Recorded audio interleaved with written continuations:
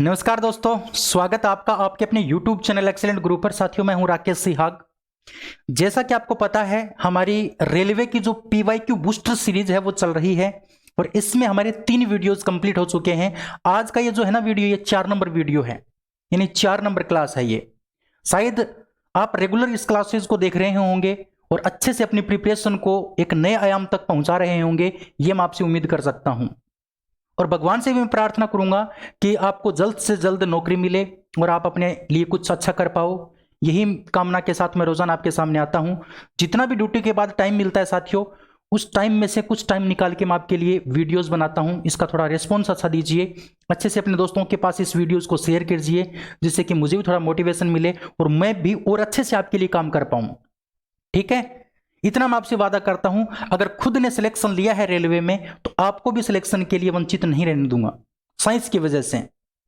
हाँ, math, reasoning, GK वो आपको पढ़नी पड़ेगी, उसकी प्रैक्टिस आपको करनी पड़ेगी ज्यादा से ज्यादा। लेकिन मैं साइंस की आपको गारंटी देता हूं, अगर साइंस अच्छे से पढ़ लेते हो आप, मैं जो सीरीज ये करवा रहा हूं ये, तो साथियों इससे बाहर कुछ नहीं जाएगा। मेरे ऊपर विश्वास करके देखो, इस बात का मैं दावा करता हूं। बस विश्वास कीजिए और अपने क्लासेस को कंटिन्यू रखिए, आपका सिलेक्शन पक्का होगा। ALP या फिर टेक्नीशियन एक पोस्ट में जरूर होगा आपका। ठीक है, तो दोनों के लिए ही ये इंपॉर्टेंट है। ALP के लिए वही सिलेबस है और टेक्नीशियन के लिए भी वही सिलेबस है। और आपको ये भी पता है कि ALP और टेक्नीशियन दोनों की वैकेंसी आ गई हैं। हाँ, टेक्नीशियन की फरवरी मार्च अप्रैल में आपके फॉर्म स्टार्ट होंगे और ALP के फॉर्म स्टार्ट हो चुके हैं। पेपर दोनों का अलग अलग होगा, लेकिन सिलेबस दोनों का सेम है, इसलिए दोनों की क्लासेस में एक साथ चला रहा हूं। ठीक है, चलिए क्लास को स्टार्ट करते हैं, ज्यादा देरी नहीं करते हुए। आज का जो पहला क्वेश्चन है साथियों, वो आपके सामने ये रहा कि लेंस की शक्ति की इकाई क्या है। लेंस की जो शक्ति है उसकी इकाई क्या है। लेंस की शक्ति को लेंस की क्षमता भी कहा जाता है। देखिए ध्यान से समझना, लेंस की जो शक्ति है, लेंस की जो शक्ति है उसको लेंस की क्षमता भी कहा जाता है। यह बात याद रखना, लेंस की क्षमता या फिर शक्ति। और लेंस की क्षमता जो होती है उसको दर्शाया जाता है P के द्वारा, पावर के द्वारा, P के द्वारा। लेंस की क्षमता को किसके द्वारा लिखते हैं? P के द्वारा लिखते हैं। और इसका जो सूत्र होता है वो होता है 1/f। 1/f। f का मतलब होता है फोकस दूरी। f का मतलब क्या है? यहां पर फोकस दूरी। f का मतलब है फोकस दूरी। अगर हम बात करते हैं लेंस की क्षमता की, तो इसका जो मात्रक है साथियों, इसका जो मात्रक होता है वो होता है आपका डायोप्टर। क्या होता है? डायोप्टर। इसका मात्रक है साथियों डायोप्टर। इसका मात्रक क्या है साथियों? डायोप्टर। ठीक है, इसका मात्रक हो गया डायोप्टर। और डायोप्टर को किसके द्वारा दर्शाया जाता है? तो याद रखना, कैपिटल D के द्वारा इसको क्या किया जाता है? प्रदर्शित किया जाता है, कैपिटल D के द्वारा। क्लियर है बात है? तो आपको यही पूछा था कि लेंस की क्षमता का मात्रक क्या है, तो साथियों आपका उत्तर हो जाएगा डायोप्टर। क्या हो जाएगा? आपका उत्तर डायोप्टर हो जाएगा। यानी कहने का मतलब आपका जो ऑप्शन नंबर बी है वो क्या होगा? बिल्कुल करेक्ट आंसर हो जाएगा इस क्वेश्चन का। लेकिन इसके साथ साथ एक आपको दे रखा है ऑप्शन नंबर ए में, हाइपरमेट्रोपिक। Hypermetropic, hypermetropic. इस हाइपरमेट्रोपिक का मतलब क्या होता है? अगर इसका हिंदी में अनुवाद करें, हाइपरमेट्रोपिक को हिंदी में कहा जाता है दूरदृष्टि दोष। क्या कहा जाता है? दूरदृष्टि दोष। इसको हिंदी में दूरदृष्टि दोष कहा जाता है। साथियों याद रखना, दूरदृष्टि दोष में क्या होता है? इसमें पास की वस्तुएं दिखाई देती हैं, लेकिन इसमें पास की वस्तुएं दिखाई नहीं देती। जिसमें पास की वस्तुएं दिखाई नहीं देती हैं उसको हम क्या कहते हैं? दूरदृष्टि दोष। नाम से आपको यह लगेगा कि दूरदृष्टि दोष यानी जिसमें दूर की वस्तुएं दिखाई नहीं दें, लेकिन नाम में कंफ्यूज नहीं होना है। नाम में दूरदृष्टि है, लेकिन क्या होगा? इसमें पास की वस्तुएं आपको दिखाई नहीं देंगी। और इसके निवारण के लिए हम क्या करते हैं? इसके निवारण के लिए साथियों उत्तल लेंस का प्रयोग करते हैं। हम जो चश्मा लगाते हैं उस चश्मा के अंदर कौन सा लेंस होता है? उत्तल लेंस। जो व्यक्ति दूरदृष्टि दोष से पीड़ित होता है, जिसको पास की वस्तुएं दिखाई नहीं देती, उसका जो चश्मा होता है उसमें कौन सा लेंस होता है साथियों? उत्तल लेंस होता है। कौन सा लेंस होता है? उत्तल लेंस। इसी प्रकार से ऑप्शन नंबर आपका जो सी है उसमें दे रखा है मायोपिक। मायोपिक या फिर मायोपिया एक ही बात है। मायोपिक की अगर हम बात करते हैं, मायोपिया की बात करते हैं, तो यह होता है आपका निकट दृष्टि दोष। क्या होता है? निकट दृष्टि दोष। निकट दृष्टि दोष को हम क्या कहते हैं? मायोपिया या फिर मायोपिक कहते हैं। निकट दृष्टि दोष में क्या होगा? इसमें दूर की वस्तुएं दिखाई नहीं देती। दूर की वस्तुएं दिखाई नहीं देती। दिखाई नहीं देती। इसमें दूर की वस्तुएं दिखाई नहीं देती हैं और इसमें पास की वस्तुएं दिखाई नहीं देती। दूरदृष्टि में पास की वस्तुएं दिखाई नहीं देंगी और आपका जो दूरदृष्टि होगा उसमें कौन सी वस्तुएं दिखाई नहीं देंगी, दूर की वस्तुएं दिखाई नहीं देंगी। और इसके उपचार के लिए, इसके निवारण के लिए हम क्या करते हैं, अवतल लेंस का प्रयोग करते हैं, अवतल लेंस का प्रयोग। तो जिन व्यक्तियों को दूर की वस्तुएं दिखाई नहीं देती, दूर की वस्तुएं दिखाई नहीं देती, उन वस्तुओं के जो, उन लोगों के, उन व्यक्तियों के जो चश्मा लगता है उस चश्मे के अंदर अवतल लेंस होता है। कौन सा लेंस होता है, अवतल लेंस। क्लियर है बात है। इसके बाद हम बात करते हैं ऑप्शन नंबर आपका जो डी है, उसमें दे रखा है प्रेस बायोपिक, प्रेस बायोपिक। और प्रेस बायोपिक को कहा जाता है हिंदी के अंदर साथियों जरा दूरदृष्टि, जरा दूरदृष्टि, जरा दूरदृष्टि दोष। जरा दूरदृष्टि दोष को हम क्या कहते हैं, जरा दृष्टि दोष या फिर जरा दूरदृष्टि दोष को हम कहते हैं प्रेस बायोपिक। और साथियों ये जो होता है ये बूढ़े बुजुर्गों में होता है, यानी आयु बढ़ने के साथ, उम्र बढ़ने के साथ साथ होता है। ये उम्र बढ़ने पर, उम्र बढ़ जाती है तो लेंस की जो पेशियां होती हैं वो क्या हो जाती हैं, लचीली हो जाती हैं, जिसके कारण हमारा जो लेंस है वो काम नहीं कर पाता अच्छे से। इसलिए बुजुर्गों में ये रोग उत्पन्न हो जाता है। उन व्यक्तियों को क्या कहा जाता है, प्रेस बायोपिक से ग्रसित कहा जाता है, या फिर जरा दूरदृष्टि दोष से क्या किया जाता है, उनको कहा जाता है जरा दूरदृष्टि दोष से उसको पीड़ित माना जाता है। बताओ बात समझ में आई कि नहीं आई? इसका स्क्रीनशॉट ले लीजिए, फिर हम आगे बढ़ते हैं। अगर आप इसी प्रकार से पढ़ोगे ना तब आपको पढ़ने में मजा भी आएगा और सारे कंसेप्ट आपके क्लियर हो जाएंगे। अगर इनमें से कोई भी क्वेश्चन आ जाए तो आप आराम से कर सकते हो, कोई दिक्कत की बात इसमें नहीं है। ठीक है, चलिए आगे बढ़ते हैं नेक्स्ट क्वेश्चन की ओर। दूसरा क्वेश्चन आपके सामने है साथियों, दूसरे क्वेश्चन को अच्छे से देखना है, तब तक मैं इसको मिटा देता हूं और दूसरे क्वेश्चन की हम बात करते हैं। समझो पहले क्वेश्चन को, उसके बाद इसका आपको आंसर देना है। समझो क्वेश्चन को। क्वेश्चन क्या बोल रहा है कि रेडियोधर्मी पदार्थ द्वारा उत्सर्जित होने वाले विकिरण की मात्रा को डैश नामक पारंपरिक इकाई में मापा जाता है। यानी रेडियोधर्मी पदार्थ की बात यहां पर हुई है, रेडियो एक्टिव पदार्थ की बात यहां पर हुई है। तो पहले हम बात करते हैं रेडियोधर्मी क्या होते हैं। रेडियोधर्मी या फिर रेडियो एक्टिवता, रेडियोधर्मिता, रेडियोधर्मिता या फिर इसको रेडियो एक्टिवता भी कहते हैं। साथियों ध्यान रखना, रेडियोधर्मिता की जो खोज की गई थी, इसकी जो खोज की थी उस वैज्ञानिक का नाम था हेनरी बेकुरल। हेनरी बेकुरल नाम का एक व्यक्ति था, एक वैज्ञानिक था। इसने रेडियोधर्मिता की या रेडियो एक्टिवता की खोज कर दी थी। रेडियो एक्टिवता होती क्या है, यानी ऐसे पदार्थ जो अपने आप में से ऊर्जा छोड़ते हैं, जो अपने में से ऊर्जा छोड़ते हैं उनको कहा जाता है रेडियोधर्मी पदार्थ। क्लियर है बात? इंपॉर्टेंट बात आपको ये याद रखनी है कि सर्वप्रथम खोजा गया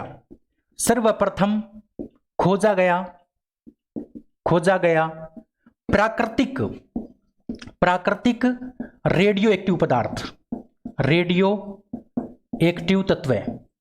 सर्वप्रथम खोजा गया जो रेडियो एक्टिव तत्व था उसका नाम था साथियों यूरेनियम। क्या नाम था? यूरेनियम। यह क्वेश्चन बहुत बार पूछा गया है, लेकिन ध्यान रखना साथियों ये क्या था, एक प्रकार का प्राकृतिक था, यानी प्रकृति में अपने आप पाया गया था, ये प्राकृतिक था। ये सर्वप्रथम खोजा गया प्राकृतिक रेडियो एक्टिव तत्व। अगर आपको पूछे तो आपको उत्तर क्या होगा? यूरेनियम होगा। लेकिन अगर हम बात करते हैं किसकी? कृत्रिम की। अगर कृत्रिम रेडियो एक्टिव की अगर आपको बात पूछ रहे तो कृत्रिम कौन सा था साथियों? तो एक तो था आपका पोलोनियम और एक था आपका रेडियम। पोलोनियम व रेडियम ये दो तत्व थे जो सबसे पहली बार खोजे गए थे, लेकिन ये क्या थे? कृत्रिम थे। अगर बात कृत्रिम की पूछ रहे तब आपका उत्तर पोलोनियम या फिर रेडियम होगा। अगर प्राकृतिक की पूछ रहे तो आपका उत्तर क्या होगा? यूरेनियम। क्लियर है बात है? और इस पोलोनियम और रेडियम की जो खोज की गई थी साथियों, इसकी खोज की गई थी, एक का नाम था मैडम क्यूरी प्लस दूसरे व्यक्ति का नाम था पियरे क्यूरी। और ये दोनों आपस में पति पत्नी थे। ये दोनों क्या थे? आपस में पति पत्नी थे। तो दोनों पति और पत्नी ने मिलकर के सबसे पहले पोलोनियम और रेडियम तत्व की खोज कर दी थी। क्लियर है बात है? अगर हम आगे बात करते हैं रेडियोधर्मिता के बारे में तो इसका जो मात्रक है साथियों, इसका जो एसआई मात्रक है, इसका एसआई मात्रक वो तो है बेकुरल। एसआई मात्रक तो क्या है? बेकुरल है। अगर हम बात करते हैं अन्य मात्रक की, अन्य कौन कौन से मात्रक है साथियों? तो अन्य एक मात्रक है इसका क्यूरी, क्योंकि रेडियोधर्मिता या रेडियो एक्टिवता में मैडम क्यूरी और पियरे क्यूरी का भी योगदान था, इसलिए एक अन्य मात्रक बना दिया गया जिसका नाम था क्यूरी। अगर आपको एसआई मात्रक पूछ ले तो उत्तर होगा बेकुरल। अगर आपको अन्य मात्रक की बात पूछ रहे तो क्या हो जाएगा आपका उत्तर क्यूरी हो जाएगा। तो इस क्वेश्चन का आंसर क्या हो जाएगा आपका, इस क्वेश्चन का आंसर हो जाएगा ऑप्शन नंबर डी।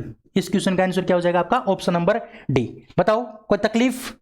इसके अलावा वोट दे रखा है, वोट का आपको पता ही है, वाट किसका होता है साथियों, वाट होता है शक्ति का, वाट किसका होता है, शक्ति का। एक इसमें एम्पियर दे रखा है, एम्पियर आपका होता है विद्युत धारा का, किसका, विद्युत धारा का। और साथियों एक इसमें दे रखा है पास्कल, एक क्या दे रखा है आपका, पास्कल। पास्कल साथियों होता है दाब का मात्रक, किसका मात्रक, दाब का मात्रक। ये बात भी आप याद रखोगे, पास्कल किसका मात्रक होता है, पास्कल होता है आपका दाब का मात्रक। बताओ समझ में आया कि नहीं आया, समझ में आया तो आप इसका स्क्रीनशॉट लेंगे और अच्छे से इनको लिखेंगे और फिर हम आगे बात करते हैं नेक्स्ट क्वेश्चन 3 नंबर क्वेश्चन की। यह आपके सामने 3 नंबर क्वेश्चन है, अच्छे से पढ़ो क्वेश्चन को, फिर इसका आंसर हम देते हैं। पहले क्वेश्चन को अच्छे से पढ़ लो और लास्ट में मेरे को यह भी बताना है कि आपके कितने नंबर आए। लास्ट में आपको यह भी बताना है कमेंट करके कि आपके कितने नंबर आए, ठीक है। चलिए क्वेश्चन है कि उद्योग में शक्ति की इकाई क्या है। उद्योग में देखो बात हम शक्ति की करते हैं, पावर की करते हैं, शक्ति या फिर सामर्थ्य की बात करते हैं। शक्ति को सामर्थ्य के नाम से भी जाना जाता है, सामर्थ्य। अगर शक्ति की बात करते हैं साथियों तो शक्ति का जो सूत्र होता है वो होता है P बराबर W/T। W का मतलब कार्य और कार्य का मात्रक होता है जूल, और T का मतलब समय, समय का मात्रक होता है आपका सेकंड, और जूल बटे सेकंड को ही क्या कहा जाता है साथियों, वाट कहा जाता है। क्या कहा जाता है, वाट कहा जाता है। तो शक्ति का जो मात्रक हो गया वो जूल बटे सेकंड भी होता है, और जूल बटे सेकंड को ही क्या कहते हैं, वाट कहते हैं। और ये वाट ही क्या है आपका, इस शक्ति का SI मात्रक है, शक्ति का SI मात्रक है। बात आई समझ में। तो शक्ति का जो SI मात्रक हो गया वो तो क्या हो गया, वाट हो गया। लेकिन हम बात करते हैं इसका औद्योगिक मात्रक, औद्योगिक मात्रक, औद्योगिक मात्रक की अगर हम बात करते हैं तो साथियों औद्योगिक मात्रक होता है इसका अश्व शक्ति। क्या होता है इसका, अश्व शक्ति औद्योगिक मात्रक होता है, अश्व शक्ति। और अश्व शक्ति को HP भी कहा जाता है, HP, HP मतलब हॉर्स पावर। आपने देखा होगा जितनी भी बड़ी बड़ी मशीनें होती हैं वो हम खरीदने जाते हैं तो हम क्या पूछते हैं कि बताओ सर ये कितने HP की मोटर है, ये कितने HP की मशीन है। तो शक्ति को अगर उद्योग धंधों की अगर बात करें, उद्योग में यानी व्यापार में अगर हम बात करें, व्यापारिक इसका जो मात्रक है औद्योगिक मात्रक या फिर व्यापारिक मात्रक भी कहा जाता है, व्यापारिक मात्रक। इसका जो औद्योगिक या फिर व्यापारिक जो मात्रक है वो क्या है, अश्व शक्ति है। और अश्व शक्ति का जो मान है 1 HP में कितना वाट होता है तो 746 वाट, और 1 HP में 735.5 वाट भी होता है। यानी ये जो होता है ये तो होता है FPS पद्धति में और ये होता है CGS पद्धति में। तो आपसे ये भी पूछा जा सकता है कि 1 HP का मान कितना होता है, तो 1 HP का मान वाट में कितना होगा, तो साथियों याद रखोगे 746 वाट, 746 वाट, ठीक है। अन्य मात्रक की बात करते हैं, इसका अन्य मात्रक एक और है साथियों, अन्य मात्रक। अन्य मात्रक में आता है किलोवाट। अन्य मात्रक में क्या आता है, किलोवाट। मैंने 2-3 बार आपको यह बता दिया है कि किलोवाट जो है वो तो शक्ति का मात्रक है, लेकिन किलोवाट जो घंटा है, किलोवाट घंटा, अगर इसके आगे घंटा नाम लग जाए, किलोवाट घंटा यानी जिसको KWH कहा जाता है, ये किसका मात्रक है साथियों, ये आपका ऊर्जा का मात्रक है। और ऊर्जा का ही एक मात्रक और है जो है जूल, और जूल ही किसका मात्रक है साथियों, कार्य का मात्रक है। तो मैंने क्या बताया कि जो अन्य मात्रक की अगर हम बात करते हैं शक्ति के अन्य मात्रक की, तो शक्ति का अन्य मात्रक किलोवाट होता है, लेकिन किलोवाट घंटा किसका मात्रक है साथियों, ऊर्जा का मात्रक है। और ऊर्जा का मात्रक जूल भी होता है और जूल मात्रक कार्य का भी होता है। क्लियर है बात। अरे समझ में आया कि नहीं आया। देखो ये क्वेश्चन ALP टेक्नीशियन में आया था 13/8/2018 को, जो 2018 में वैकेंसी आई थी उसमें ये क्वेश्चन आया था, ठीक है। चलिए नेक्स्ट क्वेश्चन, 4 नंबर क्वेश्चन आपके सामने है।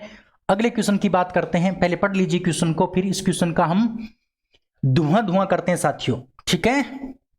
चलिए मेरे प्यारे दोस्तों, मेरे प्यारे भाइयों, क्वेश्चन है कि कार्य करने की दर को शक्ति कहा जाता है। बहुत अच्छी बात है। काम करने की जो दर है उसको शक्ति कहते हैं, और काम करने की जो क्षमता होती है उसको ऊर्जा कहा जाता है। चलो इसमें कोई दिक्कत नहीं है, ये तो हमें समझ में आ भी गया। तो कार्य करने की दर को शक्ति कहा जाता है। शक्ति की इकाई क्या है, शक्ति का मात्रक क्या है, तो अभी मैंने बताया था शक्ति का मात्रक वाट भी होता है, शक्ति का मात्रक अश्व शक्ति भी होता है, और शक्ति का मात्रक किलोवाट भी होता है। लेकिन आपको पूछा है ऐसा ही मात्रक, तो उत्तर होगा आपका वाट। अगर व्यापारिक मात्रक पूछे तो उत्तर होगा आपका अश्व शक्ति, लेकिन इसमें ना तो ऐसा ही दे रखा ना इसमें व्यापारिक दे रखा। तो इसमें से 3 तो आपको क्या मिलेंगे, अलग राशियों के मात्रक हैं, लेकिन एक इसमें शक्ति का मात्रक है, और वो कौन सा है आपका ऑप्शन नंबर डी, वाट। ऑप्शन नंबर जो डी है आपका वाट, वो वाट शक्ति का मात्रक हो जाएगा। ऑप्शन नंबर ए में एम्पियर दे रखा है, एम्पियर किसका मात्रक है, तो एम्पियर विद्युत धारा का मात्रक है साथियों, किसका, धारा का। ऑप्शन नंबर बी में दे रखा है वोल्ट, वोल्ट किसका मात्रक है, विभव या फिर विभवांतर का मात्रक है, विभव या फिर विभवांतर का मात्रक। इसके अलावा ऑप्शन नंबर आपका जो सी है उसमें दे रखा है केल्विन, और केल्विन किसका मात्रक है, केल्विन है आपका ताप का मात्रक, केल्विन है ताप का मात्रक। एक केल्विन के बारे में इंपॉर्टेंट बात बता देता हूं, केल्विन जो पैमाना है, केल्विन जो पैमाना है साथियों, इसका मान कभी भी, इस पैमाने का मान कभी भी ऋणात्मक नहीं होता। इसका मान क्या किस में नहीं होता, ऋणात्मक नहीं होता, यानी ये मान हमेशा प्लस में होता है। यानी कभी भी आपको इस प्रकार से नहीं मिलेगा -20 केल्विन, ये नहीं मिलेगा आपको। क्यों, क्योंकि केल्विन का केल्विन जो पैमाना है, ताप का पैमाना, उसका मान कभी भी ऋणात्मक हो ही नहीं सकता, इसका मान ऋणात्मक हो ही नहीं सकता। ये बात भी इंपॉर्टेंट है जो आपको याद रखनी है, ठीक है। चलिए, ये बात थी आपकी क्वेश्चन नंबर 4 की। आगे बढ़ते हैं, 5 नंबर क्वेश्चन आपके सामने है। 5 नंबर क्वेश्चन को अच्छे से देखिए, फिर इस क्वेश्चन का हम आंसर बताते हैं आपको। क्वेश्चन है कि ध्वनि को मापने के लिए, ध्वनि को मापने के लिए कौन से एकक यानी यूनिट को उपयोग में किया जाता है या लिया जाता है। यानी जो आपकी ध्वनि है, ध्वनि का मात्रक क्या है, आपको यही पूछा है, ध्वनि का मात्रक। तो देखिए, बात हम ध्वनि की करते हैं। ध्वनि का जो SI मात्रक होता है साथियों, ध्वनि या फिर ध्वनि का जो SI मात्रक होता है, ध्वनि का जो SI मात्रक है वो है डेसिबल। क्या है, डेसिबल। ध्वनि का SI मात्रक आपका डेसिबल होता है। क्लियर है बात है। तो ऑप्शन नंबर आपका जो ए है वो बिल्कुल करेक्ट हो जाएगा, ऑप्शन नंबर ए। लेकिन मैं आपको बता दूं साथियों, हमारा जो WHO है, वर्ल्ड हेल्थ ऑर्गेनाइजेशन जो है, WHO जो है, WHO ने 45 डेसिबल तक की ध्वनि, 45 डेसिबल तक की ध्वनि को सर्वोत्तम माना है, सर्वोत्तम माना है। यह क्वेश्चन भी आपसे पूछा जा सकता है, माना है। यह क्वेश्चन भी आपसे पूछा जा सकता है कि WHO ने ध्वनि की कितनी सीमा को या ध्वनि की कितनी डेसिबल को सर्वोत्तम माना है हमारे शरीर के लिए, जिससे हमें कोई नुकसान नहीं होता। तो साथियों वो है 45 डेसिमल। 45 डेसिमल तक की जो ध्वनि है वो हमारे शरीर के लिए ठीक है। इससे ज्यादा जो ध्वनि होगी वो हमारे शरीर के लिए क्या है, हानिकारक है। लेकिन बात करते हैं, WHO ने एक बात और कही है, WHO ने 75 डेसिबल से ऊपर की ध्वनि, ऊपर की जो ध्वनि है उसको सबसे हानिकारक माना है, या क्या माना है, हानिकारक माना है। सर्वोत्तम कहां तक की ध्वनि को माना, सर्वोत्तम माना था 45 डेसिमल तक की ध्वनि को, लेकिन 75 डेसिमल से ऊपर की ध्वनि को क्या मान लिया, हानिकारक मान लिया। किसने, WHO ने। क्लियर है बात है, अरे क्लियर है ना बात। इस प्रकार से आपको याद रखना ये। तो ध्वनि का ऐसा मात्रक आपका डेसिबल हो गया। इसमें आपका ऑप्शन नंबर बी दे रखा है हर्ट्ज। हर्ट्ज की बात करते हैं, हर्ट्ज किसका मात्रक है, तो साथियों ध्यान रखना, हर्ट्ज जो है ना, इसको लिखा जाता है HZ से, और HZ जो है या फिर हर्ट्ज जो है वो आवृत्ति का मात्रक है। किसका मात्रक है, आवृत्ति, फ्रीक्वेंसी जिसको कहा जाता है, आवृत्ति, आवृत्ति का मात्रक है। अगर हम आवृत्ति की बात करते हैं तो इसका जो सूत्र है साथियों वो भी आपको याद रखना है। आवृत्ति का जो मात्रक है वो है 1/T, और यहां पर T का मतलब होता है आवर्तकाल। आवर्तकाल यानी जो आवृत्ति और जो आवर्तकाल होते हैं, आवृत्ति और जो आवर्तकाल होते हैं वो एक दूसरे के व्युत्क्रमानुपाती होते हैं, एक दूसरे के उल्टे होते हैं, क्योंकि आवर्ती ऊपर की साइड है और बट्टा में क्या है आपका आवर्तकाल है। तो आवृत्ति और आवर्तकाल दोनों एक दूसरे के क्या होते हैं, व्युत्क्रमानुपाती होते हैं। तो ये आपका हो गया आवर्तकाल, ठीक है। तो 1 का 1 आ गया बटे T का मतलब होता है समय। आवर्तकाल एक प्रकार का समय होता है और समय का मात्रक होता है सेकंड, और 1/सेकंड को ही क्या कहते हैं साथियों, हर्ट्ज कहते हैं। क्या कहते हैं, हर्ट्ज। तो ये बात भी आपको याद रखनी है कि 1/सेकंड को ही क्या कहा जाता है, हर्ट्ज कहा जाता है। इतनी बात अगर याद नहीं रहे तो इतनी बात जरूर याद रख लेना कि हर्ट्ज किसका मात्रक है, तो हर्ट्ज है वो आवर्ती यानी फ्रीक्वेंसी का मात्रक है, ठीक है। इसके बाद ऑप्शन नंबर सी में आपको ओम दे रखा है। ओम आपका प्रतिरोध का मात्रक है, मैं कई बार बता चुका हूं, और वोल्ट जो है वो आपका विभवांतर या फिर विभव का मात्रक है, ठीक है। चलिए अगले क्वेश्चन की ओर चलते हैं। नेक्स्ट क्वेश्चन 6 नंबर क्वेश्चन आपके सामने है साथियों। 6 नंबर क्वेश्चन को पढ़ लीजिए फिर आगे बढ़ते हैं। क्वेश्चन नंबर 6 आपका क्या बोल रहा है, देखो कि ध्वनि के माप की यूनिट क्या है, यानी ध्वनि का ही मात्रक आपको फिर से पूछ लिया। तो ध्वनि का मात्रक क्या हो जाएगा आपका? डेसिबल हो जाएगा, ऑप्शन नंबर बी। डेसिबल ध्वनि का मात्रक हो जाएगा, ऑप्शन नंबर बी आपका बिल्कुल करेक्ट आंसर है। लेकिन ऑप्शन नंबर ए में आपको न्यूटन दे रखा है। न्यूटन किसका मात्रक है साथियों? न्यूटन जो है वो बल और भार दोनों का मात्रक आपका न्यूटन है। बल का मात्रक भी न्यूटन है और भार का मात्रक भी क्या है? न्यूटन है। इसके अलावा सोन्स और फोन्स कोई आपके वो नहीं है, मात्रक नहीं है। बस इतना सा याद रखना था कि न्यूटन किसका मात्रक है? बल और भार का। और जो डेसिबल है वो किसका मात्रक है? आपका ध्वनि का मात्रक है। ठीक है, चलिए 7 नंबर क्वेश्चन आपके सामने है। एक बार फिर से क्वेश्चन आ गया कि ध्वनि प्रदूषण को के पदों के अनुसार मापा जाता है। यानी कहने का मतलब ध्वनि प्रदूषण को या फिर ध्वनि को किसके द्वारा मापा जाता है? तो अभी मैंने बताया ध्वनि को मापा जाता है डेसिबल के द्वारा। तो ऑप्शन नंबर आपका जो डी है इस क्वेश्चन का, 7वें क्वेश्चन का आंसर जो है ना वो डी डी करेक्ट आंसर हो जाएगा। ऑप्शन नंबर डी आपका क्या हो जाएगा? Correct answer. यानी जो ध्वनि प्रदूषण या फिर ध्वनि जो है उसका मात्रक क्या है? उसका मात्रक आपका डेसिबल। और अभी मैंने बताया था वाट किसका मात्रक है? वाट है साथियों आपका शक्ति का मात्रक। इसके अलावा इसमें एक पास्कल दे रखा है। पास्कल किसका मात्रक हो जाएगा? तो पास्कल आपका हो जाएगा दाब का मात्रक। पास्कल किसका मात्रक हो जाएगा? दाब का मात्रक। इसके अलावा हर्ट्ज दे रखा है। अभी मैंने बताया था हर्ट्ज किसका मात्रक है साथियों? आवृत्ति का मात्रक है। किसका? आवृत्ति का। इसके अलावा डेसिबल किसका मात्रक हो गया आपका? डेसिबल जो है वो हो गया आपका ध्वनि का मात्रक। किसका मात्रक? ध्वनि का मात्रक। ठीक है, चलिए इतनी बातें आपको लिखनी है, फिर हम चलते हैं नेक्स्ट क्वेश्चन 8 नंबर क्वेश्चन की ओर। ठीक है, चलिए यह 8 नंबर क्वेश्चन आपके सामने है साथियों। प्रतिबल की माप की इकाई क्या है? यानी प्रतिबल का मात्रक आपको पूछा है। प्रतिबल का मात्रक देखिए, बात करते हैं प्रतिबल की। प्रतिबल क्या होता है साथियों? अगर इसका आपको सूत्र याद है, प्रतिबल का सूत्र अगर याद है तो आप इसका मात्रक आराम से निकाल सकते हो। तो पहले इसका सूत्र याद करना पड़ेगा आपको। तो प्रतिबल का सूत्र क्या होता है? प्रतिबल का सूत्र होता है बल बटे क्षेत्रफल। बल बटे जो क्षेत्रफल है वो किसका सूत्र होता है? वो होता है आपका प्रतिबल का सूत्र। क्लियर है बात है? ये प्रतिबल का सूत्र है। अब इन दोनों का मात्रक आपको पता है तो आपको प्रतिबल का मात्रक भी निकाल सकते हो। तो मात्रक इसका देखो कैसे निकलेगा। मात्रक बल का मात्रक होता है न्यूटन। बल का मात्रक क्या होता है? न्यूटन बटे क्षेत्रफल का मात्रक होता है आपका मीटर स्क्वायर। और न्यूटन को हम लिखते हैं एन के द्वारा और मीटर को लिखते हैं एम के द्वारा। इसके ऊपर हमने लगा दिया स्क्वायर, तो आपका बन जाएगा न्यूटन मीटर स्क्वायर। इसका मात्रक बन जाएगा। क्लियर है बात? न्यूटन प्रति मीटर स्क्वायर आपका प्रतिबल का मात्रक है। ऑप्शन नंबर जो सी है वो बिल्कुल आपका बिल्कुल राइट आंसर आपका ऑप्शन नंबर सी हो जाएगा। क्लियर है? इसके अलावा ऑप्शन नंबर डी में आपको दे रखा है वाट किसका मात्रक है? वाट है आपका शक्ति का मात्रक। और ऑप्शन नंबर बी में दे रखा है एन का मतलब होता है न्यूटन। कैपिटल एन का मतलब, इस कैपिटल एन का मतलब होता है न्यूटन। और न्यूटन किसका मात्रक है? तो अभी मैंने बताया था बल का मात्रक ऊपर बता रखा है। क्लियर है बात? अरे बताओ कोई दुख दर्द तकलीफ है तो बताओ। शायद मेरे हिसाब से नहीं होनी चाहिए। बढ़ते हैं नेक्स्ट क्वेश्चन की ओर। 9 नंबर क्वेश्चन आपके सामने है साथियों। 9 नंबर क्वेश्चन को पढ़ो अच्छे से, फिर हम बात करते हैं इसके सारी डिटेल्स की बात, इसमें क्या क्या हमें याद रखना है। चलिए क्वेश्चन नंबर 9 है कि निम्नलिखित में से कौन सा भौतिक परिवर्तन नहीं है? भौतिक परिवर्तन नहीं है। परिवर्तन दो प्रकार के होते हैं, एक होता है आपका भौतिक परिवर्तन, एक होता है आपका रासायनिक परिवर्तन। अगर दोनों के बारे में आपको कंप्लीट डिटेल याद है तो आप कोई भी क्वेश्चन आराम से कर सकते हो। तो पहले भौतिक परिवर्तन और रासायनिक परिवर्तन के बारे में आपको पता होना चाहिए। तो बात करते हैं सबसे पहले भौतिक परिवर्तन की। भौतिक परिवर्तन, अगर हम बात करें भौतिक परिवर्तन की तो ध्यान से समझना साथियों, भौतिक परिवर्तन क्या होता है। यह जो भौतिक परिवर्तन होता है यह एक प्रकार का अस्थायी परिवर्तन होता है। किस प्रकार का? एक प्रकार का अस्थायी परिवर्तन। यह एक प्रकार का अस्थायी परिवर्तन है, यानी कहने का मतलब यह स्थायी नहीं है।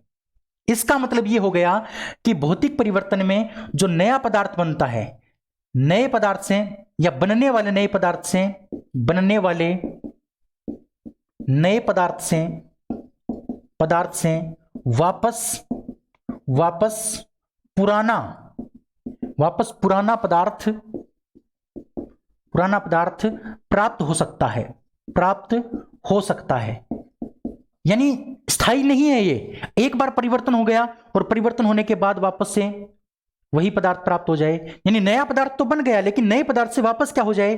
पुराना पदार्थ प्राप्त हो जाए। इस प्रकार के परिवर्तन को कहा जाता है भौतिक परिवर्तन। बात बताओ समझ में आई कि नहीं आई?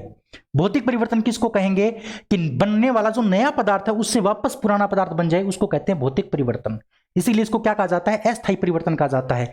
इसके कुछ एग्जाम्पल आपको याद रखने, जैसे लोहे का चुंबकीकरण, लोहे का चुंबकीकरण, चुंबकीकरण यानी आप ये मान लो कोई लोहे की रोड है ना, ये लोहे की कोई वस्तु है और इस लोहे की वस्तु के पास आप क्या ले आते हो? इस प्रकार से चुंबक लेके आते हो, चुंबक। तो इस लोहे के अंदर भी क्या आ जाएगा? चुंबकीय गुण आ जाएगा। इस लोहे के अंदर भी क्या आ जाएगा? चुंबक के कारण चुंबकीय गुण आ जाएगा। लेकिन जैसे ही आप ये जो आपकी चुंबक है, इस चुंबक को आप दूर लेके यहां रख देते हो तो इसके अंदर से चुंबकीय गुण खत्म हो जाएगा। तो देखो अस्थायी बात है कि नहीं? तो लोहे का जो चुंबकीकरण है वो आपका एक प्रकार का भौतिक परिवर्तन है। क्लियर है बात? जैसे एक और बताऊं मैं आपको, पानी से बर्फ बनना, पानी से बर्फ बनना, बर्फ बनना। अब अगर पानी से बर्फ बन गई तो बर्फ से वापस पानी भी तो बन सकता है, यानी नया पदार्थ बना था बर्फ, लेकिन उस नए पदार्थ से वापस पुराना पदार्थ भी बन सकता है, पानी। तो यह भी एक प्रकार का आपका भौतिक परिवर्तन है। बात क्लियर हुई कि नहीं हुई? अब हम बात करते हैं रासायनिक परिवर्तन की। अगर हम रासायनिक परिवर्तन की बात करें, रासायनिक परिवर्तन की अगर हम बात करें तो रासायनिक जो परिवर्तन है साथियों वो एक प्रकार का स्थायी परिवर्तन होता है। क्या होता है? एक प्रकार का स्थायी परिवर्तन, स्थायी परिवर्तन है। यानी इसमें नया जो पदार्थ बनेगा, नए पदार्थ से वापस पुराना पदार्थ नहीं बनेगा, पुराना पदार्थ नहीं बनेगा। इसमें पुराना पदार्थ वापस बन सकता है लेकिन इसमें पुराना पदार्थ नहीं बनेगा। यही दोनों में डिफरेंस है। जैसे इसके एग्जाम्पल की बात करते हैं, जैसे एग्जाम्पल में आपका जैसे फलों का सड़ना या फिर किण्वन। सड़ने को किण्वन भी कहा जाता है, गल जाते हैं, सड़ जाते हैं, उनको कहा जाता है किण्वन। मान लो आपके पास में सेब लेके आया आप 1 किलो और 5 दिन तक आपने रखे छोड़ दिए इसी प्रकार से, तो 5 दिन बाद में वो क्या हो जाएंगे? खराब हो जाएंगे। अब ये बताओ कि उस सड़े हुए सेब से आपका नया सेब बन सकता है? नहीं बन सकता, पॉसिबल ही नहीं है। तो वो एक प्रकार का स्थायी परिवर्तन हो गया और स्थायी परिवर्तन को क्या कहते हैं? रासायनिक परिवर्तन। इसी प्रकार से अगर हम बात करते हैं ईंधन का जलना, ईंधन का जलना, जैसे मान लो आपके पास में इतनी सारी लकड़ियां हैं और आपने चूल्हे के अंदर उन लकड़ियों को जला दिया और क्या बनी? राख बनी। नया पदार्थ राख बना है, उस राख से वापस लकड़ियां बन सकती हैं? आपको कह रहे मास्टर कैसी बात कर रहा है, हम क्या पागल थोड़ी हैं? हाँ मैं मानता हूं आप पागल बिल्कुल भी नहीं हैं। यही बात मैं आपसे पूछना चाह रहा हूं कि राख से वापस लकड़ी नहीं बन सकती, इसका मतलब ये क्या है? अस्थायी परिवर्तन नहीं है, यह स्थायी परिवर्तन है। इसलिए ये एक प्रकार का रासायनिक परिवर्तन है। इसी प्रकार से हम बात करते हैं लोहे पर जंग लगना, लोहे पर जंग लगना। लोहे के ऊपर जंग लग जाता है और जंग लग करके वो खराब हो जाता है, लोहे की जो सतह होती है वो खराब हो जाती है। अब वो सतह कभी भी सही नहीं होगी, खराब होगी तो हो गई। इसका मतलब वो भी एक प्रकार का, लोहे पर जंग लगना भी एक प्रकार का आपका क्या है? रासायनिक परिवर्तन है साथियों। क्या है? रासायनिक परिवर्तन है। बताओ बात समझ में आई कि नहीं आई? और ये भी एक प्रकार का आपका क्या है? रासायनिक परिवर्तन। क्लियर है बात है? ठीक है, तो इसका स्क्रीनशॉट आप लेना चाहो तो ले लीजिए। लेकिन अब इस क्वेश्चन की अगर हम बात करें, क्वेश्चन आपका देखो क्या है। क्वेश्चन है आपका कि निम्न में से कौन सा भौतिक परिवर्तन नहीं है? नहीं है ये बात पूछिए आपको, यानी इसमें से 3 तो भौतिक परिवर्तन है और एक ऑप्शन ऐसा है जिसमें भौतिक परिवर्तन नहीं है। तो देखो पहले ऑप्शन को देखो, ठोसों का द्रव में पिघलना, यानी ठोस यानी बर्फ है और बर्फ से पानी बन जाए तो पानी से वापस ठोस भी तो बन सकता है, बर्फ भी तो बन सकती है, यानी ये तो क्या है? आपका भौतिक परिवर्तन है। ऑप्शन नंबर बी को देखो, गैसों का द्रव में द्रवीकरण, गैस से द्रव बन गया, अब द्रव को गर्म करने पर वापस गैस भी तो बन सकती है। यानी मान लो भाप थी, पानी की भाप, उस पानी की भाप को हमने ठंडा किया तो क्या बना? हमारा पानी बन गया। और पानी को वापस से गर्म करेंगे क्या बनेगा? गैस बनेगा। तो यह भी एक प्रकार का आपका भौतिक परिवर्तन हो गया। नेक्स्ट है सी नंबर, पदार्थों का किण्वन। किण्वन का मतलब होता है सड़ना, गलना। तो एक बात बताओ, अगर कोई पदार्थ गल गया, सड़ गया, तो क्या वापस उससे नया पदार्थ बन सकता है?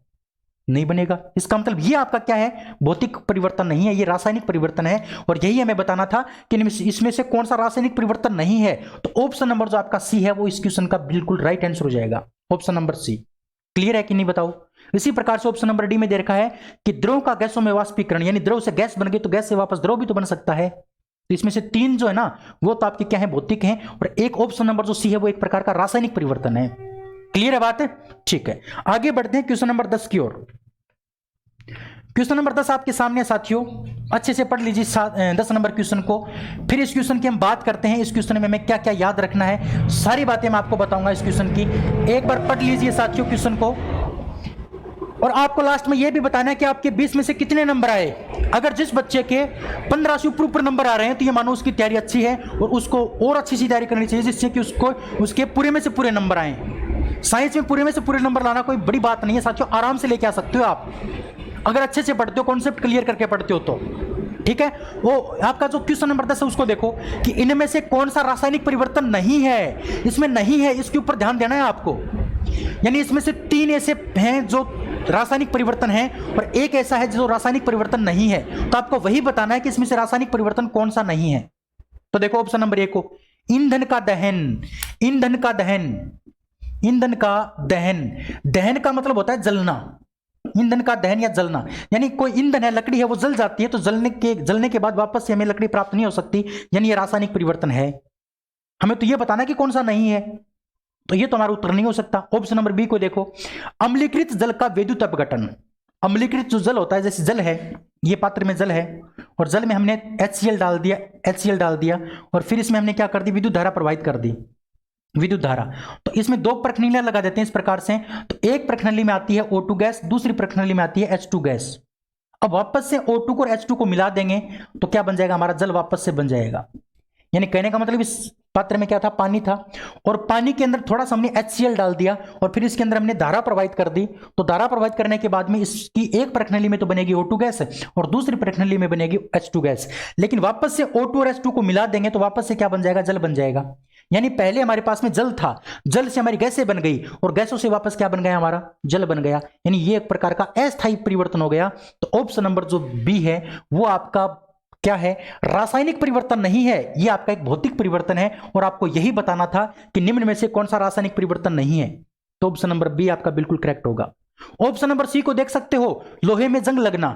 जंग लग जाता है, खराब हो जाता है लोहा, तो खराब हुआ लोहा वापस से सही नहीं हो सकता, यह आपका स्थायी परिवर्तन है, रासायनिक परिवर्तन है। इसी प्रकार से प्लेटिनम तार का जलना, कोई प्लेटिनम का तार है वो जल गया, जलने के बाद उसकी राख बनेगी, तो राख से वापस प्लेटिनम का तार तो नहीं बन सकता, तो ये भी आपका एक रासायनिक परिवर्तन हो गया। तो हमारा जो क्वेश्चन का आंसर होगा वो ऑप्शन नंबर बी होगा। बताओ बात समझ में आई कि नहीं आई, क्लियर है? चलिए आगे बढ़ते हैं। नेक्स्ट 11 नंबर क्वेश्चन आपके सामने, इसमें से अच्छे से आपको पढ़ना है और इसका उत्तर देना है। क्वेश्चन नंबर 11 है कि इनमें से कौन सा रासायनिक परिवर्तन है। अब की बार यह पूछा है कि कौन सा है, ठीक है। ऑप्शन नंबर ए को देखो, मक्खन का खट्टा होना। मक्खन जो होता है वो खट्टा हो गया, क्या खट्टा मक्खन वापस से सही हो सकता है? अरे बाप रे, नहीं हो सकता साथियों। यानी खट्टा हुआ मक्खन वापस से सही नहीं हो सकता, कहने का मतलब ये स्थायी है, तो यही हमारा रासायनिक परिवर्तन है। तो ऑप्शन नंबर जो ए है, मक्खन का खट्टा होना, मक्खन का खट्टा जो होना वो है एक प्रकार का रासायनिक परिवर्तन। क्या है? एक प्रकार का रासायनिक परिवर्तन। तो यही हमारा क्या हो जाएगा, बिल्कुल करेक्ट आंसर हो जाएगा। ऑप्शन नंबर बी की बात करते हैं, CO2 से सूखी बर्फ बनना। CO2 से सूखी बर्फ बन गई तो बर्फ से वापस CO2 भी तो बन सकती है, गर्म करने पर वापस CO2 बन जाएगी, बर्फ को गर्म करने पर। क्लियर है बात है? तो ऑप्शन नंबर बी आपका क्या है, भौतिक परिवर्तन है। ऑप्शन नंबर सी, एक प्लेटिनम तार का गर्म होना। देखो दो बातें अलग अलग हैं, प्लेटिनम तार का जलना और एक प्लेटिनम तार का गर्म होना। गर्म होना, दोनों में अलग अलग अंतर है। जलने का मतलब तो है ये जल करके खत्म हो गया, उसकी राख बन गई, तो ये तो है एक प्रकार का जलना, तो क्या एक प्रकार का रासायनिक परिवर्तन, ये तो रासायनिक परिवर्तन है। लेकिन साथियों गर्म होना, जो तार गर्म हो जाता है तो वापस वो ठंडा भी तो हो सकता है, इसका मतलब ये क्या है आपका भौतिक परिवर्तन। ये क्या है, भौतिक परिवर्तन। तो ऑप्शन नंबर सी भी आपका भौतिक परिवर्तन है। और ऑप्शन नंबर डी देखो, लोहे का चुंबकीकरण। लोहे का चुंबकीयकरण, यानी लोहे का चुंबकीकरण का मतलब चुंबक पास में तो लोहे के अंदर चुंबकीय गुण है, और दूर लेके जाएंगे तो वो चुंबकीय गुण खत्म हो जाएगा, वापस फिर से लेके आएंगे तो चुंबकीय गुण आ जाएगा। तो ये भी एक प्रकार का अस्थायी परिवर्तन है। इसका मतलब ऑप्शन नंबर डी भी आपका एक भौतिक परिवर्तन है। और आपको ये बताना था कि कौन सा रासायनिक परिवर्तन है, तो ऑप्शन नंबर ए आपका इस क्वेश्चन का क्या करोगे, सही आंसर करोगे। क्लियर है बात है? चलिए आगे बढ़ते हैं। नेक्स्ट 12 नंबर क्वेश्चन आपके सामने है, अच्छे से इस क्वेश्चन को बताना है आपको। क्वेश्चन नंबर 12 है कि लोहे में जंग लगना इसमें से किसका उदाहरण है। अभी अभी मैंने बताया था लोहे का जंग लगना एक रासायनिक परिवर्तन है। ऑप्शन नंबर डी आपका बिल्कुल क्या होगा इस क्वेश्चन का right answer, option number D. Clear है बात है? आगे बढ़े।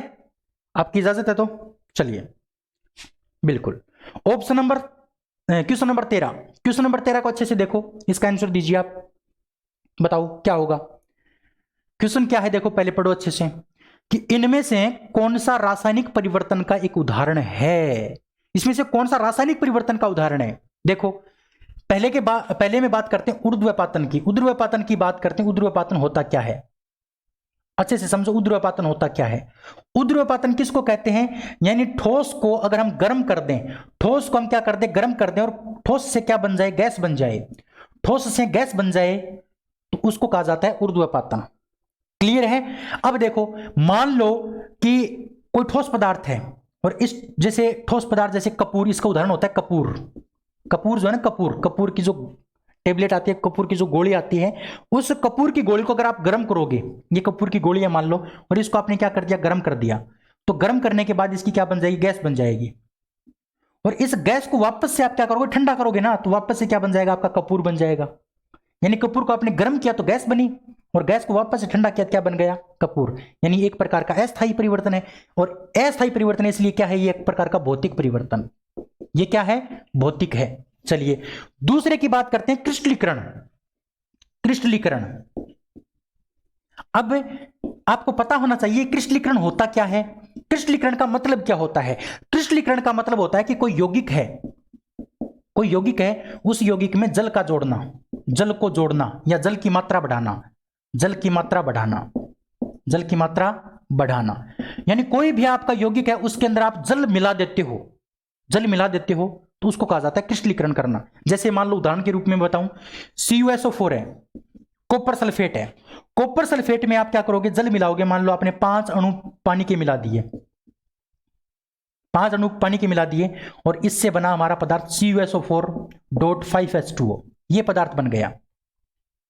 ध्यान से देखो, क्रिस्टलीकरण को हमने इसके अंदर पानी मिला दिया, अगर इसको हम गर्म करेंगे, अगर इसको हम गर्म करेंगे, इसको अगर हम गर्म करते हैं, तो गर्म करने के बाद में ये जो पानी है ना, ये पानी भाप बन करके उठ जाता है। पानी किस के रूप में बाहर आ जाता है, भाप यानी वाष्प के रूप में बाहर आ जाता है। तो देखो पहले हमारे पास में कॉपर सल्फेट था, हमने पानी मिला दिया, ठीक है, लेकिन पानी मिलाने के बाद वापस उसको गर्म किया तो पानी बाहर वापस निकल गया, तो अस्थायी बात हो गई ना। और अस्थायी परिवर्तन आपका एक प्रकार का भौतिक परिवर्तन होता है, तो यह भी आपका एक भौतिक परिवर्तन है। बताओ बात क्लियर हो रही है कि नहीं हो रही, हो रही है, ठीक है। अब हम बात करते हैं नेक्स्ट निष्क्रियकरण की। निष्क्रियकरण, निष्क्रियकरण क्या होता है साथियों, निष्क्रियकरण को कहा जाता है उदासीनीकरण, उदासीनीकरण। और साथियों उदासीनीकरण जो होती है वो एक प्रकार की रासायनिक अभिक्रिया होती है। क्या होती है, एक प्रकार की रासायनिक अभिक्रिया, रासायनिक अभिक्रिया। और उदासीनीकरण किसको कहते हैं, कि जब अम्ल की क्रिया, कोई भी अम्ल है, उस अम्ल की क्रिया अगर आप क्षार के साथ करवाते हो, तो उससे लवण और जल का निर्माण होता है। किसका निर्माण होता है, लवण और जल का। इसी को क्या कहते हैं, उदासीनीकरण या फिर निष्क्रियकरण अभिक्रिया कहते हैं। जैसे अम्ल की बात करें HCl, क्षार की बात करें NaOH, इसको मिलाने पर क्या बनेगा, NaCl, यानी नमक का और जल का निर्माण हो जाएगा। अब इस नमक से वापस क्या नहीं बन सकता, HCl या फिर NaOH नहीं बन सकता। इस NaCl से वापस ये नहीं बन सकता। इसका मतलब ये स्थायी है, स्थायी है, इसलिए क्या हो गया, आपका रासायनिक हो गया, रासायनिक। यानी रासायनिक अभिक्रिया एक प्रकार की, इसलिए रासायनिक क्या हो गया, आपका परिवर्तन हो गया, ये एक प्रकार का रासायनिक परिवर्तन है। और आपको यही बताना था कि इनमें से कौन सा रासायनिक परिवर्तन का उदाहरण है, तो ऑप्शन नंबर आपका जो C है वो बिल्कुल क्या हो जाएगा, करेक्ट हो जाएगा। अगर हम बात करते हैं आसवन की, आसवन क्या है साथियों, तो आसवन एक प्रकार की मिश्रण जो होते हैं, मिश्रणों के अवयवों को अलग करने की विधि, अलग करने की भौतिक विधि, ये एक प्रकार की विधि है साथियों, जिसका नाम है आसवन। यानी आसवन से कोई मिश्रणीय पदार्थ है, कोई मिश्रण है, उस मिश्रण के अवयवों को अलग अलग करना है, तो हम एक भौतिक विधि अपनाते हैं, उस भौतिक विधि का नाम है आसवन विधि। तो यह भी आपका एक भौतिक परिवर्तन है या फिर भौतिक विधि है। तो ऑप्शन नंबर जो C है वो आपका बिल्कुल क्या हो जाएगा, इस क्वेश्चन का राइट आंसर हो जाएगा। इसका स्क्रीनशॉट ले लीजिए, बड़ी अच्छी बात मैंने आपको बताई है। बताओ समझ में आया कि नहीं आया, अरे बताओ समझ में आया कि नहीं आया, कोई दुख दर्द है तो बताओ, क्लियर है बात है। चलिए आगे बढ़ते हैं, नेक्स्ट 14 नंबर क्वेश्चन आपके सामने है, अच्छे से पढ़ो इस क्वेश्चन को, फिर इसका आंसर दीजिए आप 14 नंबर क्वेश्चन का। 14 नंबर क्वेश्चन देखो क्या है, 14 नंबर क्वेश्चन है कि एक रासायनिक परिवर्तन नहीं है, इनमें से कौन सा रासायनिक परिवर्तन नहीं है, यानी 3 तो हैं, एक नहीं है, वो बताना है आपको। पहले देखो, एक अंडा पकना, अंडा पक जाता है, अंडा जो होता है अंडा पक जाता है मान लो, तो पका हुआ अंडा वापस से सही हो सकता है? नहीं हो सकता। पका हुआ अंडा कभी भी कच्चा वापस नहीं बन सकता, इसका मतलब ये तो रासायनिक परिवर्तन है, और आपको बताना है कौन सा नहीं है। दूसरा ऑप्शन देखो, एक आइस क्यूब का पिघलना, यानी आइस का जो टुकड़ा है, बर्फ का जो टुकड़ा है उसका पिघलना, तो पिघला हुआ टुकड़ा बर्फ का वापस क्या बन सकता है? बर्फ बन सकता है। इसका मतलब ये क्या है? आपका भौतिक परिवर्तन है, और आपको यही बताना था कि निम्न में से कौन सा रासायनिक परिवर्तन नहीं है। तो ऑप्शन नंबर आपका जो बी है वो बिल्कुल क्या होगा? करेक्ट होगा। ऑप्शन नंबर सी को, केक को बेक करना, बेक का मतलब होता है बनाना, केक बनाना, केक बनने के बाद जो उसमें सामग्रियां होती हैं वो पक जाती हैं, वो सामग्रियां वापस से वापस अपने पहले वाली स्थिति में नहीं आ सकती। इसका मतलब ऑप्शन नंबर सी भी आपका क्या है? रासायनिक परिवर्तन है। और केला सड़ना, सड़ा हुआ केला वापस से सही नहीं हो सकता, इसका मतलब ये भी स्थायी है, और स्थायी परिवर्तन आपका रासायनिक परिवर्तन होता है। तो ऑप्शन नंबर जो बी है वो इसका क्या होगा? बिल्कुल करेक्ट होगा। ठीक है, चलिए आगे बढ़ते। 15 नंबर क्वेश्चन को अच्छे से पढ़ो। 15 नंबर क्वेश्चन बायोलॉजी का क्वेश्चन है कि निषेचन, विकास, विभाजन और विभिन्नता के अध्ययन को किस नाम से जाना जाता है? निषेचन, विकास, विभाजन और विभिन्नता के अध्ययन को किस नाम से जाना जाता है? सबसे पहले में दे रखा है भ्रूण विज्ञान। सबसे पहले में दे रखा है भ्रूण विज्ञान। भ्रूण विज्ञान, भ्रूण विज्ञान क्या होता है वो देखो। भ्रूण विज्ञान को कहा जाता है आपका एम्ब्रियोलॉजी। क्या कहा जाता है? एम्ब्रियोलॉजी। भ्रूण विज्ञान को क्या कहा जाता है? एम्ब्रियोलॉजी कहा जाता है साथियों। क्या कहा जाता है? एम्ब्रियोलॉजी कहा जाता है। और इस भ्रूण विज्ञान के अंदर जो निषेचन होता है, यानी अंडाणु और शुक्राणु मिलते हैं, उसको निषेचन कहते हैं। जो विकास होता है उस भ्रूण का, उसके अंदर जो विभाजन होता है, उस भ्रूण में जो विभाजन होता है, और उस भ्रूण में जो विभिन्नता आती है, उस भ्रूण में जो विभिन्नता आती है उसका अध्ययन किस में किया जाता है साथियों? एम्ब्रियोलॉजी में, या फिर भ्रूण विज्ञान में किया जाता है। और आपको यही क्वेश्चन पूछा था कि निषेचन, विकास, विभाजन और विभिन्नता का अध्ययन किस में होता है? तो साथियों ध्यान रखना, भ्रूण विज्ञान यानी एम्ब्रियोलॉजी में होता है। किस में होता है? एम्ब्रियोलॉजी। ऑप्शन नंबर ए आपका बिल्कुल राइट आंसर हो जाएगा। लेकिन इसमें ऑप्शन नंबर बी में दे रखा है फिजियोलॉजी। फिजियोलॉजी, फिजियोलॉजी क्या है देखो, फिजियोलॉजी का मतलब होता है शरीर क्रिया विज्ञान। शरीर क्रिया विज्ञान यानी हमारा शरीर किस प्रकार से काम करता है, हमारा शरीर किस प्रकार से काम करता है, इसका अध्ययन करने के लिए हम क्या करते हैं? फिजियोलॉजी को पढ़ते हैं। किसको पढ़ते हैं? फिजियोलॉजी को पढ़ते हैं। ऑप्शन नंबर सी में दे रखा है आपको आनुवंशिकता, अनुवंशिकी। अनुवंशिकी, और अनुवंशिकी में किसका अध्ययन होता है साथियों? तो इसके अंदर आनुवंशिकता का अध्ययन होता है। आनुवंशिकता का, वह जीवों में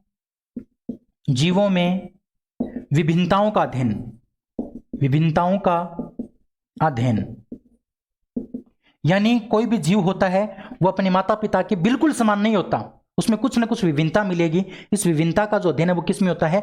आनुवंशिक विभिन्नता का जो अध्ययन है ना वो आनुवंशिकी में होता है। और भ्रूण में जो विभिन्नता का अध्ययन है वो किस में होता है? एम्ब्रियोलॉजी में। ध्यान रखना साथियों, जब बच्चा बनता है, भ्रूण बनता है, तो भ्रूण में जो विभिन्नता उत्पन्न होती है उसको कहा जाता है एम्ब्रियोलॉजी। और साथियों जीवों के अंदर पैदा होने के बाद में जो विभिन्नता में दिखाई देती है उसको कहा जाता है आनुवंशिकी, जेनेटिक्स। क्लियर है बात? ऑप्शन नंबर सी में आपको दे रखा है क्रमागत उन्नति। क्रमागत उन्नति, क्रमागत उन्नति का मतलब क्या होता है? इसका मतलब, या क्रमागत उन्नति के अंदर हम किसका अध्ययन करते हैं? तो साथियों जो आपके आनुवंशिक लक्षण होते हैं, आनुवंशिक लक्षण, आनुवंशिक लक्षण कौन से होते हैं? जो हमें अपने माता पिता से प्राप्त होते हैं उनको आनुवंशिक लक्षण कहा जाता है। तो आनुवंशिक लक्षणों का पीढ़ी दर पीढ़ी, पीढ़ी दर पीढ़ी परिवर्तन का अध्ययन, परिवर्तन का अध्ययन, यानी हमारे जो आनुवंशिक लक्षण होते हैं, हमारे जो आनुवंशिक लक्षण होते हैं, हमारे माता पिता में जो लक्षण है वो हमारे अंदर आ गए, हमसे हमारे बच्चों में चले जाएंगे, हमारे बच्चों से उनके बच्चों में चले जाएंगे, तो उनमें क्या परिवर्तन हो रहा है, उनमें जो परिवर्तन है उसका अध्ययन करना कहलाता है क्रमागत उन्नति। क्या कहलाता है? क्रमागत उन्नति।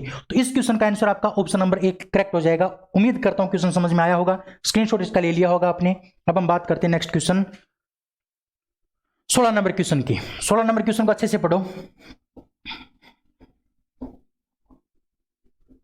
16 नंबर क्वेश्चन क्या बता रहा है देखो, कि पौधों में बीमारियों का अध्ययन और वह तरीका जिससे पौधे विरोध करते हैं या फिर संक्रमण से सामना करते हैं, उसको क्या कहा जाता है।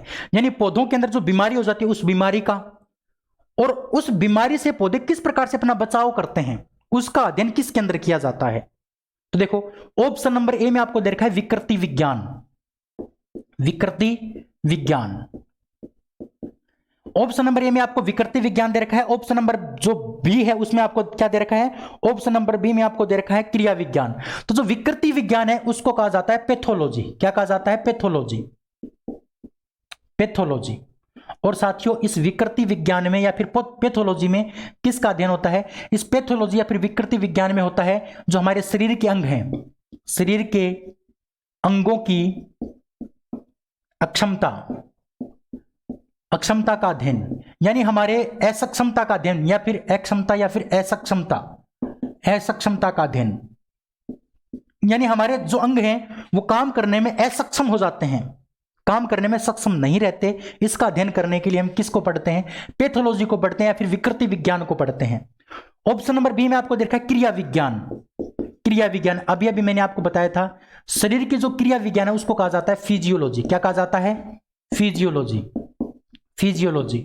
और इस क्रिया विज्ञान या फिर फिजियोलॉजी में क्या होता है, इसमें शरीर की जो कार्यकी होती है, शरीर की जो कार्यकी, कार्यकी का मतलब होता है काम करने की शैली, शरीर किस प्रकार से काम करता है। तो शरीर की कार्यकी का जो अध्ययन है वो किसके अंदर होता है, क्रिया विज्ञान में अध्ययन होता है या फिर फिजियोलॉजी में होता है।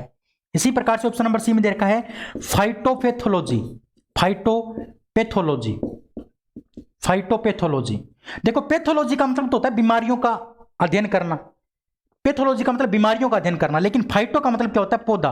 फाइटो को क्या कहा जाता है, पौधा, फाइटो को पौधा कहा जाता है। तो ध्यान रखना फाइटोपैथोलॉजी में क्या होता है, पौधों के अंदर जो बीमारियां होती हैं, पौधों में बीमारियां, पौधों में बीमारी प्लस उस बीमारी से बचाव का जो अध्ययन है वो किसके अंदर होता है, फाइटोपैथोलॉजी में होता है। पैथोलॉजी का मतलब होता है बीमारी का अध्ययन करना, लेकिन फाइटो का मतलब होता है पौधों में बीमारी का अध्ययन करना। क्लियर है। जैसे पैथोलॉजी मैंने बताया था शरीर के अंगों की अक्षमता का अध्ययन, यानी शरीर में जो अंग होते हैं उनमें कोई बीमारी हो जाती है तो उसका अध्ययन करना पैथोलॉजी। लेकिन फाइटोपैथोलॉजी, फाइटो का मतलब पौधा होता है, तो फाइटोपैथोलॉजी में क्या होगा, पौधों के अंदर जो बीमारी होगी और उसका जो बचाव होगा उसका अध्ययन होगा। क्लियर है बात है। तो ऑप्शन नंबर आपका जो सी है वो बिल्कुल इस क्वेश्चन का क्या हो जाएगा, राइट आंसर हो जाएगा ऑप्शन नंबर सी। आपको यही पूछा था कि पौधों में बीमारी और उसके बचाव का अध्ययन किसके अंदर होता है, तो फाइटोपैथोलॉजी में होता है। क्लियर है बात है।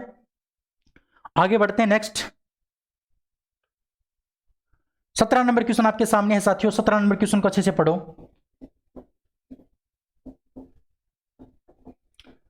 17 नंबर क्वेश्चन है कि जीवित चीजों पर मृदा के प्रभाव का अध्ययन, कोई जीवित चीज है उसके ऊपर मृदा का जो प्रभाव है उसका अध्ययन किस विज्ञान में किया जाता है। कोई जीवित चीज है उसके ऊपर कोई मृदा गिर जाती है तो उस मृदा का जो प्रभाव होता है उस प्रभाव का अध्ययन किस विज्ञान में किया जाता है। तो सबसे पहले में दे रखा है एंड्रोलॉजी, एंड्रोलॉजी। तो पहले समझो एंड्रोलॉजी किसको कहा जाता है। एंड्रोलॉजी कहा जाता है पुरुषों में बांझपन को, पुरुषों में बांझपन व यौन रोग, यौन रोगों का अध्ययन, यौन रोगों का अध्ययन करना एंड्रोलॉजी कहलाता है। यानी पुरुष के अंदर बांझपन आ जाता है, पुरुष बच्चा नहीं पैदा कर पाता और यौन जो रोग होते हैं उनका अध्ययन करना एंड्रोलॉजी कहलाता है। ऑप्शन नंबर बी में दे रखा है एडाफोलॉजी, एडाफोलॉजी। एडाफोलॉजी किसको कहा जाता है, देखो कोई भी जीवित चीज है, कोई भी जीवित चीज है, जीवित चीज है, इस जीवित चीज पर मृदा का जो प्रभाव होता है, मृदा के प्रभाव का अध्ययन, मृदा के प्रभाव का अध्ययन करना एडाफोलॉजी कहलाता है। कोई भी जीवित चीज है उसके ऊपर मृदा का क्या प्रभाव है उसका अध्ययन करना कहलाता है एडाफोलॉजी। क्लियर है बात है। ऑप्शन नंबर सी में दे रखा है एग्रोबायोलॉजी, एग्री या फिर एग्रो, एग्रो या फिर एग्री की बात है, एग्रोबायोलॉजी, एग्रोबायोलॉजी। देखो एग्रो का मतलब होता है कृषि, तो कृषि में, कृषि में पौधों का पोषण, पौधों का पोषण का अध्ययन, पौधों के पोषण का अध्ययन। यानी कृषि के अंदर जो पौधे हैं वो पोषण किस प्रकार से करते हैं, जैसे गेहूं किस प्रकार से पोषण प्राप्त करती है, चना किस प्रकार से पोषण प्राप्त करता है, उसका अध्ययन करना क्या कहलाता है, एग्रोबायोलॉजी या फिर एग्रीबायोलॉजी कहलाता है। इसके बाद है डेस्मोलॉजी, डेस्मोलॉजी में किसका अध्ययन होता है? तो डेस्मोलॉजी में स्नायु बंधन का अध्ययन होता है, स्नायु बंध का अध्ययन। अब आपके दिमाग में आया होगा कि ये स्नायु बंधन क्या है? तो स्नायु बंध का मतलब होता है साथियों जोड़। जैसे हमारी कोहनी हो गई है ना, हमारी एडी हो गई, हमारा टखना हो गया, इनको कहा जाता है डेस्मोलॉजी या फिर स्नायु बंध जोड़ों का अध्ययन करना। हमारे जोड़ों में किस प्रकार से दर्द है, कौन सा दर्द है, क्या है, इसका अध्ययन करना क्या कहलाता है? डेस्मोलॉजी कहलाता है। तो आपको क्वेश्चन क्या पूछा था कि जीवित चीजों पर मृदा के प्रभाव का अध्ययन किस विज्ञान में किया जाता है? तो साथियों एडाफोलॉजी में किया जाता है। ऑप्शन नंबर आपका जो बी है होगा वो इस क्वेश्चन का सही आंसर होगा, ऑप्शन नंबर बी। शायद आपने भी इसका ऑप्शन नंबर बी ही दिया होगा। ठीक है, चलिए आगे बढ़ते हैं 18 नंबर क्वेश्चन की ओर। 18 नंबर क्वेश्चन को पढ़ लीजिए पहले, फिर हम आगे बात करते हैं इस क्वेश्चन के बारे में। 18 नंबर क्वेश्चन को पढ़िए पहले कि निम्नलिखित में से शरीर विज्ञान एवं चिकित्सा की वह कौन सी शाखा है जो पुरुषों के विशिष्ट रोगों एवं स्थितियों से संबंधित है? पुरुषों के रोगों से संबंधित कौन सी है, यह क्वेश्चन आपसे पूछा है। तो देखो पहले में एंड्रोलॉजी, अभी मैंने आपको बताया था एंड्रोलॉजी के बारे में कि जो एंड्रोलॉजी होती है साथियों, ये किसका अध्ययन करवाती है? ये पुरुषों के अंदर, पुरुषों में जो बांझपन होता है, बांझपन, और प्लस में जो यौन रोग होते हैं, यौन रोग, उनका अध्ययन किसके अंदर होता है? एंड्रोलॉजी में होता है। तो आपको यही पूछा है कि पुरुषों के अंदर जो बीमारियां होती हैं, पुरुषों के जो रोग होते हैं, विशिष्ट रोग जैसे बांझपन हो गया, तो ये जो रोग हैं इनका अध्ययन किसके अंदर होता है? तो एंड्रोलॉजी में होता है। ऑप्शन नंबर ए आपका बिल्कुल करेक्ट हो जाएगा। लेकिन ऑप्शन नंबर डी में इसमें दे रखा है एस्टाकोलॉजी।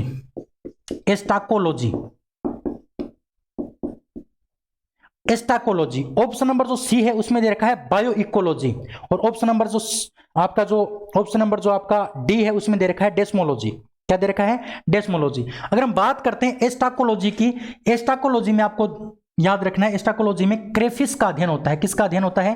क्रेफिस का अध्ययन। अब आपके दिमाग में आया होगा कि ये क्रेफिस क्या है, तो साथियों याद रखना, क्रेफिस एक मछली का प्रकार है, मछली का प्रकार, जैसे डॉल्फिन है ना, ब्लू व्हेल, इसी प्रकार से क्रेफिस भी एक मछली का नाम है। इसी प्रकार से ऑप्शन नंबर सी में आपको दे रखा है बायो इकोलॉजी।